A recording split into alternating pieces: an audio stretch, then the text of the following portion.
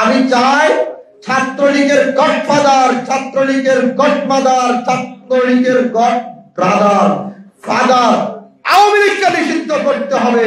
অন্তর্বর্তীকালীন সরকারের মাননীয় উপদেষ্টা ডক্টর ইউনূস এবং তার সহযোগী সেলাপেলা যারা আছেন, আমি উপদেষ্টা বলবো না, সেলাপেলা যারা আছেন, তারা বারবারই বলছেন এখনো আওয়ামী লীগের দোসররা ঘোরাফেরা করছে।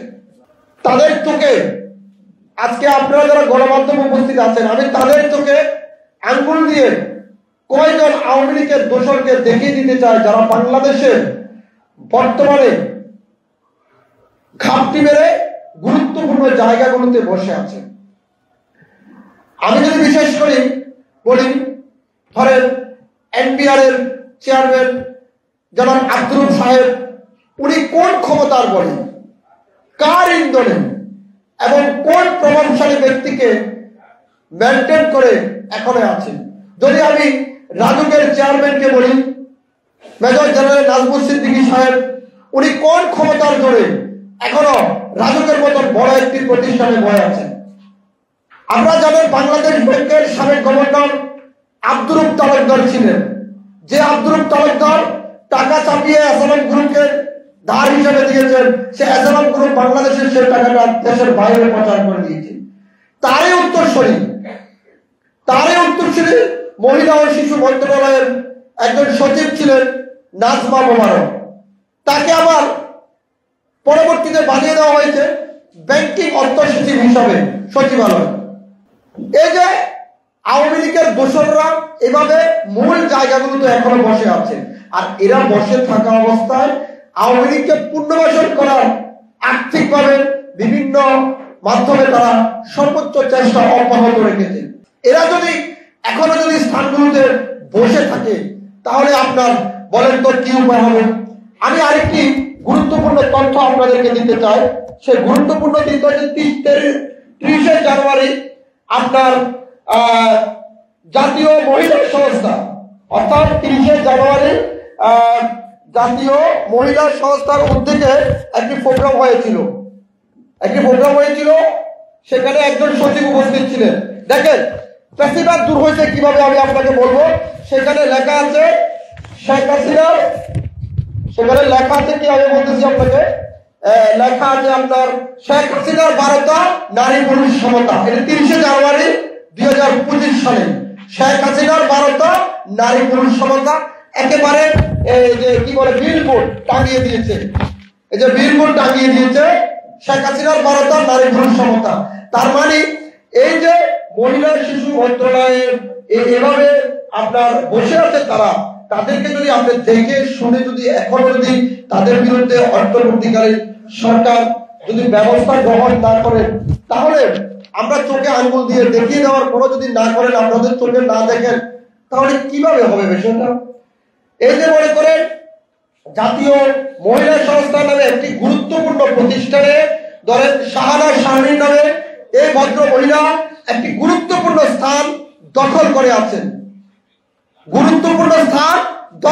আছেন, অর্থাৎ ফ্যাসিস্টের একেবারে কাছের একজন দোসর। এবং সেই দোসর 30শে জানুয়ারি সেই দোসর লিখছেন শেখ হাসিনার 12টা নারী পুরুষ সমতা। তার বিরুদ্ধে দেখেন এখনো কোনো ধরনের ব্যবস্থা নেওয়া হয়নি। শেখ হাসিনার নাম উচ্চারণ করে পেস্টুন ব্যবহার করছে। সেখানে বর্তমান সরকারের সচিব উপস্থিত ছিলেন, উপদেষ্টা উপস্থিত ছিলেন। চিন্তা করা যায়।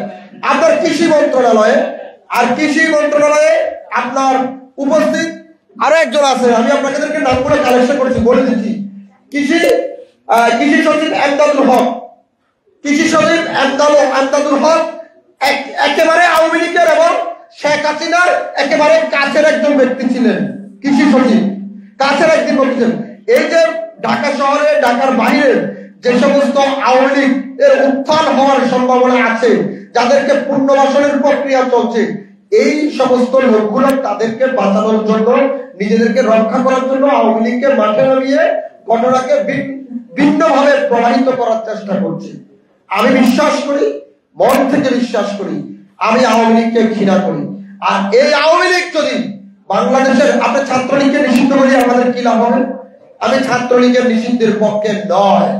আমি চাই ছাত্রলীগের গডফাদার, ছাত্রলীগের গডমাদার, ছাত্রলীগের গড ব্রাদার ফাদার আওয়ামী লীগকে নিষিদ্ধ করতে হবে। আর এই আওয়ামী লীগকে যদি নিষিদ্ধ করে তাহলে বাংলাদেশ থেকে পেশিবাদী পতন হবে, না হলে পেশিবাদীর পতন এত সহজ না। এবং তার সাথে 5 তারিখের পরে যারা আওয়ামী লীগকে গোপনে আশ্রয় প্রশ্রয় দিয়ে নিজেদের পকেট বাড়ি করছেন তাদেরকেও কিন্তু পতন করতে হবে। শুধু আওয়ামী লীগকে ছেড়ে দিলে হবে না।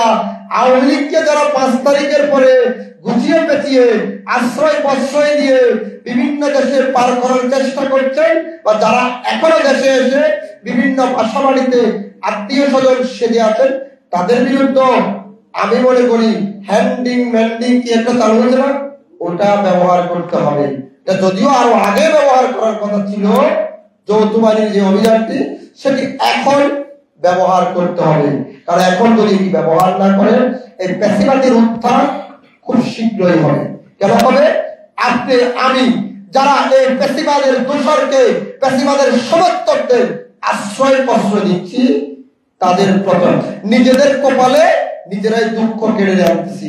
কাজে এই পেশিবাদ মুক্ত বাংলাদেশ গড়তে হলে আমাদেরকে গত 17 বছর যে সমস্ত রাজনৈতিক দল এখানে সমমনার জন্য ভারতীয় জোটের নেতৃবৃন্দ আছেন, মোসাফিজুর ইরাক ভাই আছেন, এই সমস্ত যে রাজনৈতিক দলগুলো তাদের অক্লান্ত পরিশ্রম করে 17 বছর আন্দোলন সংগ্রাম করে রাজপথে ছিলেন, তাদেরকে যথাযথ সঠিক মূল্যায়নের মাধ্যমে ঐক্যবদ্ধ হয়ে তাদের সাথে পরামর্শ ক্রমে আবারও প্রতিজ্ঞা করতে হবে, শপথ করতে হবে। পেশিবাদী মুক্ত হয়নি, আরো এক পেশিবাদীর জন্মগ্রহণ হচ্ছে।